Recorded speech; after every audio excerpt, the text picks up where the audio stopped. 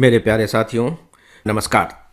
Friends, आज मैं आप सबसे जलवायु इस विषय पर कुछ बात करने जा रहा हूं, या मोटे तौर पर आप कह लीजिए पर्यावरण के बारे में। देखिए, पर्यावरण आपके सिलेबस का एक अलग से इंडिपेंडेंट पार्ट है और फिर उसके टॉपिक्स हो जाते हैं।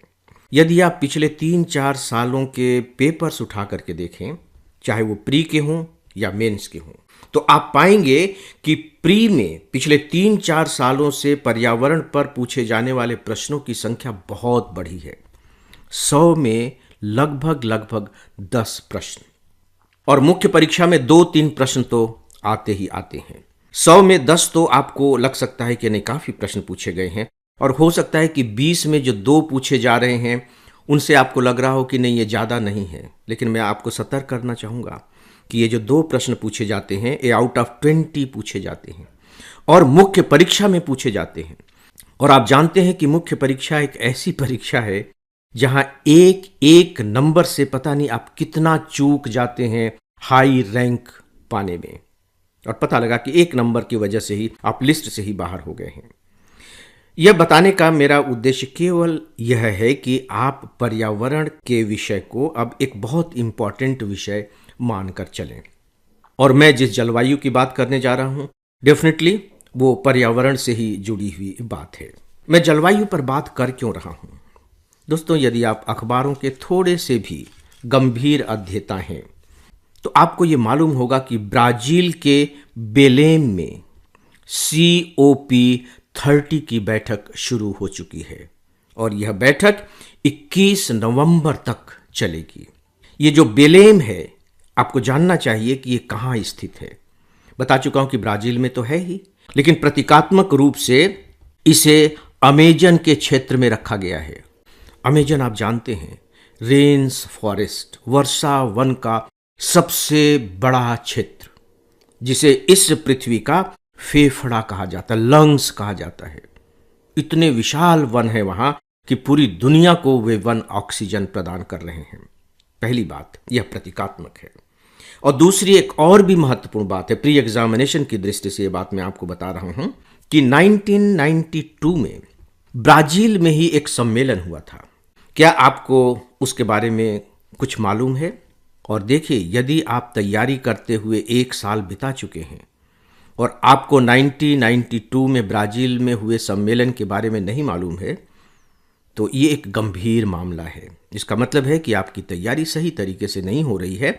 हालांकि मैं ये मान करके चलता हूं कि आपको इसके बारे में जानकारी होगी। फ्रेंड्स, आपके लिए एक उपयोगी सूचना, मैंने IAS की तैयारी के लिए 2 पुस्तकें लिखी हैं। आप IAS कैसे बनेंगे, इसी के 2 भाग हैं। यह इंग्लिश में भी है। अब तक इसकी लाखों प्रतियां बिक चुकी हैं।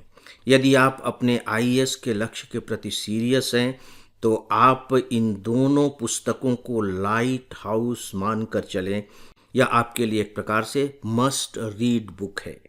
आप नीचे डिस्क्रिप्शन में दिए गए लिंक से ये दोनों पुस्तकें मंगा सकते हैं। 1992 में ब्राजील के शहर रियो दी जनेरियो में एक सम्मेलन हुआ था, जो अर्थ समिट के नाम से जाना जाता है। अर्थ समिट यानी कि एक ऐसा सम्मेलन जिसमें इस पृथ्वी के बारे में बात हो रही है, पृथ्वी के सामने जो चुनौतियां हैं उनके बारे में बात हो रही है।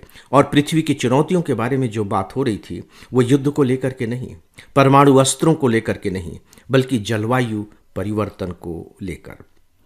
और 1992 में ही इस सम्मेलन में बाकायदे पृथ्वी को बचाने के लिए हस्ताक्षर किए गए। यहां जो हस्ताक्षर करने वाले जो राष्ट्र आए थे, उनसे ही सच पूछिए तो COP का निर्माण हुआ। COP30 की बैठक है। तो COP का मतलब क्या है? COP का मतलब है कॉन्फ्रेंस ऑफ द पार्टीज। यह COP, conference of the parties. 30 यानी कि 30वीं बैठक उसकी है। यह है कॉन्फ्रेंस ऑफ द पार्टीज। तो दोस्तों, इससे यह अर्थ निकलता है कि उसके बाद से लगातार सम्मेलन हो रहे हैं, और 1992 में ब्राजील में ही सम्मेलन हुआ था, और अब 30th सम्मेलन भी COP का ब्राजील में ही हो रहा है। इसलिए यह सम्मेलन अपने आप में बहुत महत्वपूर्ण हो जाता है। दोस्तों, यहाँ आपको ये बात जाननी चाहिए कि जिन्होंने 1992 में इस पर हस्ताक्षर किए थे उन्हें ही कहा जाता है पार्टीज, यानी कि जलवायु के बारे में आपकी ज़्यादा जिम्मेदारी बनती है। तो दोस्तों, सम्मेलन शुरू हो गया है। एक और सम्मेलन के बारे में आपको जानकारी होगी, पेरिस सम्मेलन 2015, पेरिस जलवायु सम्मेलन। ये भी खासकर जलवायु के क्षेत्र में जो कोशिशें हो रही हैं, जो प्रतिबद्धता जताई जा रही है, तो उसका एक माइलस्टोन है। पेरिस सम्मेलन में ये प्रतिबद्धता व्यक्त की गई थी कि जो तापमान की वृद्धि है उसे औद्योगिक पूर्व वर्ष से, या कह लीजिए उसे औद्योगिक पूर्व युग से 1.5% से अधिक नहीं बढ़ने देना है, लेकिन ऐसा कर नहीं पा रहे हैं। तो देखिए कि इसमें प्रॉब्लम क्या आ रही है। अब हम उनको थोड़ा सा डिस्कस कर लेते हैं। जो प्रॉब्लम है दोस्तों, वो एक दो नहीं है, बहुत ज़्यादा प्रॉब्लम है। कुछ बातें आपको अपने दिमाग में रख लेनी चाहिए, क्योंकि इनके आधार पर आप जलवायु से संबंधित बहुत सारे प्रश्नों के उत्तर दे देंगे। जो सबसे बड़ी समस्या है वो कार्बन उत्सर्जन को लेकर के, जिसे आप मीथेन उत्सर्जन भी कहते हैं। कार्बन का बहुत ज़्यादा उत्सर्जन हो रहा है। कार्बन के उत्सर्जन से पृथ्वी का तापमान बढ़ रहा है, और पृथ्वी का तापमान बढ़ने के कारण क्या क्या संकट उत्पन्न हो सकते हैं आपको बहुत अच्छे से मालूम होना चाहिए। उस पर मैं बात नहीं कर रहा हूँ। अभी जो कार्बन उत्सर्जन करने वाले जो देश हैं वो कौन हैं? अगर हम इसे दो भागों में बांट दें, एक विकसित राष्ट्र है और दूसरे विकासशील राष्ट्र हैं या गरीब देश हैं, तो सबसे ज़्यादा जो कार्बन उत्सर्जन किया जा रहा है वो विकसित राष्ट्रों के द्वारा किया जा रहा है, क्योंकि वो औद्योगिककृत राष्ट्र हैं और सबसे ज़्यादा जो कार्बन उत्सर्जित करने वाले जो यंत्र होते हैं वो उद्योगों से जुड़े हुए होते हैं। इसका मतलब है कि तापमान को बढ़ाने के लिए जो जिम्मेदार राष्ट्र हैं वो विकसित राष्ट्र हैं, ये धनी राष्ट्र हैं। विकासशील राष्ट्र, गरीब राष्ट्र कम कार्बन उत्सर्जित करते हैं। अब सवाल ये उठता है कि फिर इस पर नियंत्रण हो कैसे, कार्बन का उत्सर्जन कम कैसे किया जाए। तो सब ने अपनी अपनी प्रतिबद्धता जताई है कि हम इतना उत्सर्जन करेंगे, हम इतना उत्सर्जन करेंगे, धीरे धीरे कम करते जाएंगे। लेकिन सवाल ये उठता है कि वो कम करें कैसे, क्योंकि कम करने के लिए टेक्नोलॉजी चाहिए और धन चाहिए। तो ये जो गरीब राष्ट्र हैं इनके पास ना तो टेक्नोलॉजी है और ना उतना धन है। हालांकि ये भी कार्बन उत्सर्जित तो करते हैं, लेकिन उनका जो माध्यम है वो जीवाश्म ईंधन है, पेट्रोल है, कोयला है, इसके जरिए वो अपनी बिजली की मांग पूरी करते हैं। तो हमेशा सम्मेलनों में ये कहा जाता है और इसको लेकर के निर्धारित भी हो चुका है कि जो विकसित राष्ट्र हैं वे हर साल एक निश्चित रकम विकासशील देशों को देंगे, और विकासशील देश इस धन का इस्तेमाल जो जीवाश्म ईंधन यूज करते हैं उसको रिप्लेस करने के लिए करेंगे। कार्बन उत्सर्जन कम हो जाएगा। लेकिन विकसित राष्ट्र अपने इस वायदे को पूरा नहीं कर पा रहे हैं, जो बहुत चिंताजनक बात है। और आप देखिए कि कार्बन उत्सर्जन की क्या हालत हो रही है, टेम्परेचर की क्या हालत होती चली जा रही है, कि वैश्विक तापमान में 2023-24 में नए रिकॉर्ड दर्ज किए गए हैं। जो हमारा तापमान है हर दशक 0.27 डिग्री की दर से बढ़ रहा है, सोच करके देखिए। और माना जा रहा है कि 2030 के आसपास तो ये बहुत ही गंभीर स्थिति तक पहुंच जाएगा। जो समुद्र का जल स्तर है वह भी पिछले दशक में करीब 4.5 mm प्रति वर्ष बढ़ा है, और समुद्र का जब स्तर बढ़ेगा तो आप कल्पना कर सकते हैं कि वहाँ जो द्वीपीय राष्ट्र हैं उनका क्या होगा।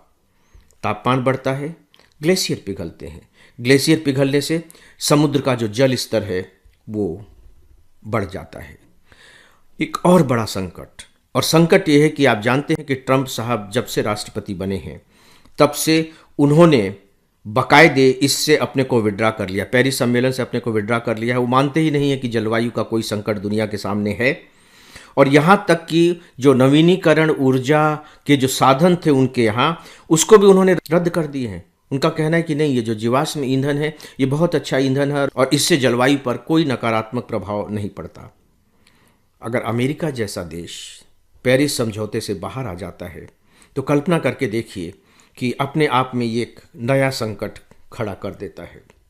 दोस्तों, इससे जो संकट खड़े हो रहे हैं आप बहुत अच्छे तरीके से जानते हैं, बताने की ज़रूरत नहीं है। इस पर आपने अलग अलग आर्टिकल्स भी पढ़े हुए हैं। मैं अपने ऑनलाइन स्टूडेंट को बताना चाहूँगा कि COP को लेकर के और भी जो दूसरे इसके सम्मेलन हुए हैं, खासकर जलवायु के बारे में मेरे बहुत अच्छे ऑनलाइन लेक्चर्स अवेलेबल हैं। कुछ डेमो लेक्चर्स भी होंगे, आपको उन्हें ध्यान से पढ़ना चाहिए क्योंकि ऐसा लग रहा है कि ब्राज़ील का जो सम्मेलन हो रहा है ये अपने आप में बहुत ही महत्वपूर्ण सम्मेलन होगा। यहाँ मैं आपको एक बात और बताना चाहूँगा कि इसी दौरान एक रिपोर्ट जारी की गई है, जलवायु जोखिम सूचकांक। इसका मतलब है कि जलवायु में जो परिवर्तन हो रहे हैं उसका दुष्प्रभाव किन किन देशों पर किस किस रूप में पड़ रहा है उसका सूचकांक है, और उसमें भारत जो है 9वें स्थान पर है। कृषि क्षेत्र पर प्रभाव पड़ रहा है, स्वास्थ्य पर प्रभाव पड़ रहा है, तापमान के बढ़ने से बाढ़ की स्थिति बन रही है, तूफान आ रहे हैं, वर्षा ज़्यादा हो रही है, ये सारे संकट खड़े हो गए हैं और भारत उसमें 9वें स्थान पर है। तो दोस्तों, ये कुछ जानकारी थी जलवायु के बारे में, और ख़ासकर मैंने इस विषय को अभी इसलिए चुना है ताकि आपको रोज़ाना जब रिपोर्ट पढ़ने को मिलेगी ब्राज़ील सम्मेलन में क्या हुआ, क्या और होना चाहिए, लोगों की आप स्टेटमेंट पढ़ेंगे, लोगों की आप राय पढ़ेंगे, तो उन बातों को समझने में आपको आसानी होगी।